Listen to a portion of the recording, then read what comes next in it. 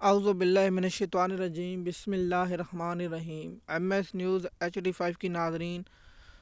السلام علیکم۔ امید ہے کہ آپ لوگ سب خیریت سے ہوں گے۔ آج کا جو ہمارا مین ٹاپک ہے وہ ہے عمران خان نے GHQ حملہ کیس میں بریت کے لیے انسانی دہشت گردی عدالت سے رجوع کر لیا اور دہشت گردی عدالت میں دے دی درخواست۔ آپ لوگوں کو یہ میں بتاؤں، جب 8 فروری کا الیکشن ہوا، الیکشن کے رزلٹ آنے کے بعد عمران خان ان 8 کیسوں میں گرفتار تھے، تو PTI کی لیگل ٹیم نے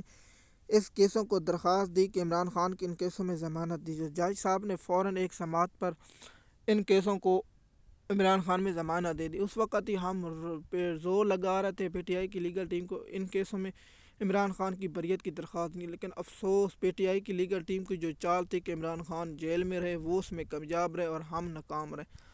اگر ان کیسوں میں عمران خان کی بریت کی درخواست دے دی جاتی تو عمران خان کو ضمانت کے عمران خان کے کیس ختم ہو جاتے، لیکن PTI کی لیگل ٹیم نے ایسا ہرگز نہیں کیا، اور اس کے بعد جج اپنا بن گئی لاہور ہائی کورٹ کی جج جسٹس عالیہ نیلم، اور اس کے بعد نون لیگ نے وہ کیا جو پاکستان کی تاریخ میں عدالتی نظام جج صاحبان کو ہٹا کر وہاں ٹوٹ جیسے جج بٹھا دے جو قانون آئین کے خلاف فیصلہ دیتے ہیں۔ ان کا فیصلہ عمران خان 1 سال ہو گیا، سال ہونے والا، لیکن اگر عمران خان کی وہاں بریت کی درخواست جس آصف اس سے منظور کر لیتے، لیکن افسوس PTI کی لیگل ٹیم نے ایسا نہیں کیا۔ اب عمران خان کے GH کو حملے کیس میں درخواست کی بریت کی درخواست اگر منظور ہوتی یا مسترد ہوتی تو اسلام آباد ہائی کورٹ سے رجوع کیا جائے گا۔ آج جو اسلام آباد ہائی کورٹ کے جج ہوں گے ان کے بھی نام آپ لوگوں کے ساتھ جائیں گے، اور عدالتی نظام کیا کرتا ہے، کیا آج سپریم کورٹ میں جو ججوں کی تعیناتی دیکھیے، پاکستان میں سب سے زیادہ ججوں کی ضرورت پنجاب میں ہے، اس کے بعد بلوچستان میں، لیکن یحییٰ آفریدی صاحب کو استعمال کیا جائے۔ یحییٰ آفریدی صاحب کو یاد رکھنا چاہیے کہ اپنے بھائی، اپنے ہم نشین قاضی فیاضی صاحب کا حال دیکھ رہے، وہ آج نظر نہیں رہا، تو آپ کا علاقہ تو پٹھانوں کا ہے، تو پھر آپ یاد رکھنا آپ کے ساتھ کیا ہوگا۔ جو انصاف اور قانون آئین، اور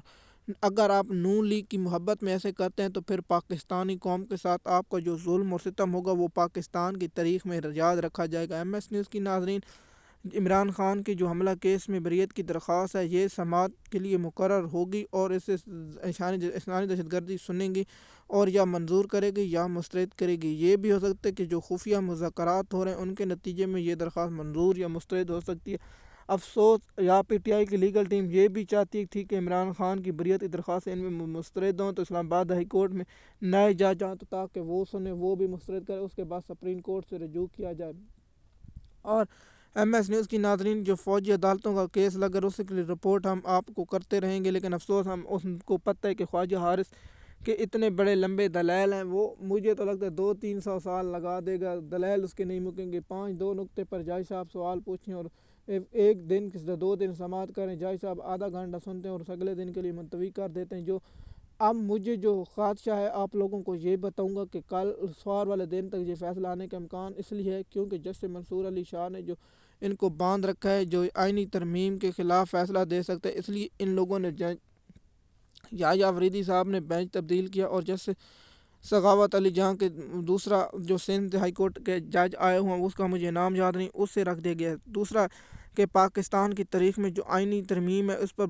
حامد خان نے کل جو پریس کانفرنس کی اور کہا کہ ہم وکیلوں کی تاریخ شروع کرنے، یہ سب سے بڑا بے وقوف آدمی، یہ پاکستانی قوم کو بے وقوف بنانے کی کوشش کر، یہ خود تو بے وقوف ہو سکتا ہے لیکن پاکستان کی قوم بے وقوف نہیں ہو سکتی۔ آپ جانتے ہیں جب 26 ترمیم پاس نہیں ہوئی تھی تو یہ وکیل بہت بڑکے مارتے تھے کہ یہ کر دیں گے، وہ کر دیں گے، ہم جسٹس منصور علی شاہ کو خود